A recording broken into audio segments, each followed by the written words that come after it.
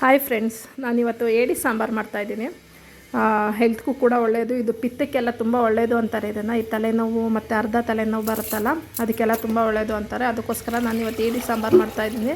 ದಪ್ಪದು ಬರುತ್ತಲ್ಲ ಇದು, ಅದು ತುಂಬ ಚಿಕ್ಕದು ಸಿಗುತ್ತೆ. ನಾನು ಅದು ಸಿಗಲಿಲ್ಲ ಇವತ್ತು, ದಪ್ಪದೇ ಸಿಗದಿದ್ದು. ಇದನ್ನೆಲ್ಲ ಕ್ಲೀನ್ ಮಾಡಿಸ್ಕೊಂಡು ಬಂದಿದ್ರು ಅಲ್ಲಿಂದನೇ. ನೀಟಾಗಿ ವಾಶ್ ಮಾಡಿ ಫಸ್ಟು ಉಪ್ಪು ಸ್ವಲ್ಪ ಅರಿಶಿನ ಪುಡಿ ಹಾಕ್ಬಿಟ್ಟು ನೆನೆಸಿಕ್ಕಿದ್ದೀನಿ. ಅದು ನೆನೆಸಿಟ್ರೆ ಅದು ಸ್ಮೆಲ್ಲೆಲ್ಲ ಹೊರ್ಟೋಗುತ್ತೆ. ಅದಕ್ಕೋಸ್ಕರ ಅದನ್ನು ನೀಟಾಗಿ ನೆನೆಸಿಡಬೇಕು. ನೆನೆಸ್ಬಿಟ್ಟು ಅದನ್ನು ಕ್ಲೀನ್ ಮಾಡಿ ಇಟ್ಕೊಂಡಿದ್ದೀನಿ.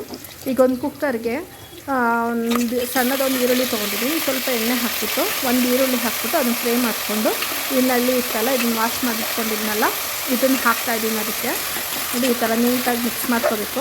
ಒಂದು ಸ್ವಲ್ಪ ಎಣ್ಣೆಯಲ್ಲೇ ಫ್ರೈ ಆಗಲಿ ಅಂತ. ಇದಕ್ಕೆ ರುಚಿಗೆ ಎಷ್ಟು ಬೇಕು ಅಷ್ಟು ಉಪ್ಪು ಹಾಕ್ಬಿಟ್ಟು ನೀರು ಹಾಕ್ತಾಯಿದ್ದೀನಿ.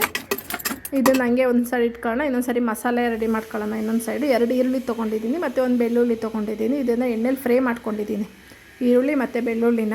ಇದನ್ನು ಇವಾಗ ಗ್ರೈಂಡ್ ಮಾಡ್ಕೊಳ್ಳೋಣ. ಇದಕ್ಕೆ ಸ್ವಲ್ಪ ಚಕ್ಕೆ, ಒಂದು 2 ಇಂಚಷ್ಟು ಚಕ್ಕೆ ತೊಗೊಂಡಿದ್ದೀನಿ ಮತ್ತು ಒಂದು 5-6 ಲವಂಗ ತೊಗೊಂಡಿದ್ದೀನಿ.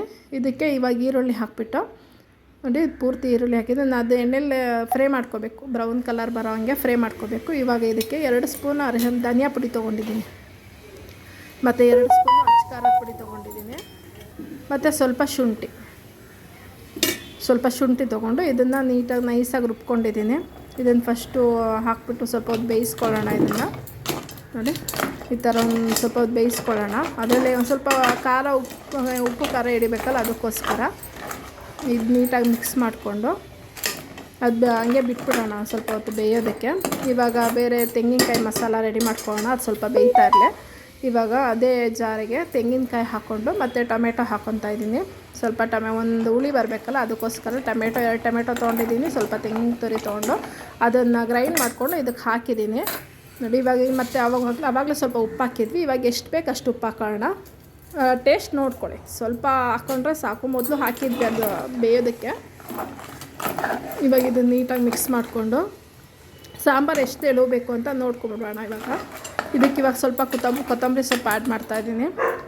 ಕೊತ್ತಂಬರಿ ಸೊಪ್ಪು ಟೇಸ್ಟ್ ಚೆನ್ನಾಗಿರುತ್ತೆ. ಅದಕ್ಕೋಸ್ಕರ ಯಾವುದಕ್ಕೆ ಆದರೂ ಮಸಾಲೆ ಐಟಮ್ಸ್ಗೆ ಕೊತ್ತಂಬರಿ ಹಾಕೋದು ಹೆಲ್ತ್ಗೆ ಒಳ್ಳೆಯದು.